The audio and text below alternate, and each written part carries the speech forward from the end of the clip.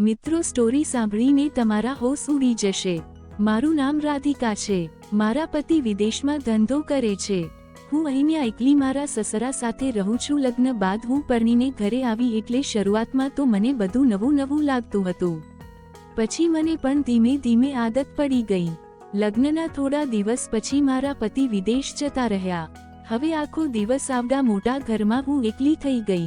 આખો દિવસ ઘરના કામકાજ કરતી, ટીવી જોતી। લગ્નના હજુ થોડા દિવસો જ થયા હતા, તેથી મને રોજ રાત્રે મજા કરવાની આદત પડી ગઈ હતી।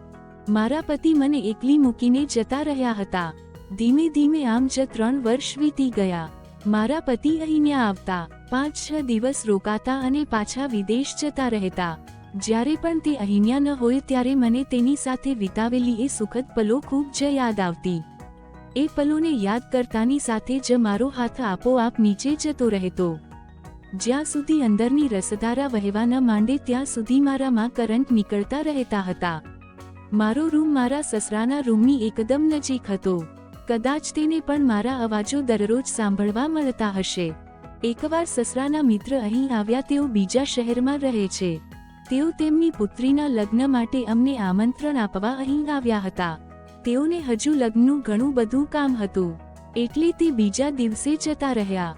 થોડા દિવસ પછી અમારે તેની પુત્રીના લગ્નમાં જવાનું હતું, એટલે હું અને મારા સસરા જે દિવસે અમારે નીકળવાનું હતું તે દિવસે અમે ન નીકળી શક્યા। રાતના 9 વાગ્યે અમે અહીંથી નીકળ્યા। જાણે શું થયું, તે દિવસે ઠંડી ઘણી હતી અને ઉપરથી હળવો વરસાદ પડી રહ્યો હતો। 5 કલાક સુધી કાર ચલાવ્યા પછી જ્યારે મારા સસરાને ઊંઘ આવવા લાગી ત્યારે તેમણે કહ્યું, ચાલો ચા પી લઈએ, પછી આગળ વધીએ। તેણે હાઈવે પર એક ધાબા પર કાર રોકી અને ચા લેવા ગયા।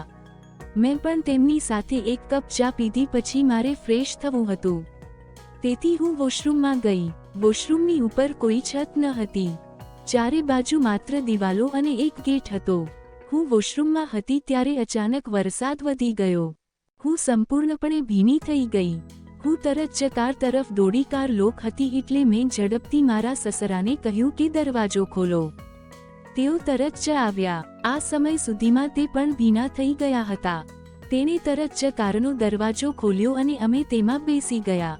અમે બંને ભીના થઈ ગયા હતા, જેથી અમે બંનેને ઠંડી લાગી રહી હતી। હું અને મારા સસરા કારની પાછળની સીટ પર બેઠા હતા, એટલે તેમણે મને કહ્યું કે બેટા, તું કપડાં બદલી લે, નહીંતર તને ઠંડી લાગી જશે। એટલે મેં કહ્યું, અહીંયા મારે ક્યાં કપડાં બદલવા? એટલે તેણે કહ્યું, કારમાં જ બદલાવી લે, હું ઊંધું ફરી જાઉં છું। એટલે મેં કપડાં બદલાવવાનું ચાલુ કર્યું। હું કપડાં બદલી રહી હતી ત્યારે મારા સસરા મને જોઈ રહ્યા હતા। તે મને જોઈને ખૂબ જ ખુશ થઈ રહ્યા હતા અને અચાનક મને અડવા લાગ્યા અને બોલ્યા, મને ખબર છે વહુ, તું રોજ અધૂરી રહી જાય છે। આજે હું તારી બધી ઈચ્છાઓ પૂરી કરી દઈશ। આટલું બોલી રસ્તામાં તેણે મને કારની અંદર 2 કલાક સુધી મારા સસરાએ મારી સાથે ક્રિકેટ મેચ રમ્યો।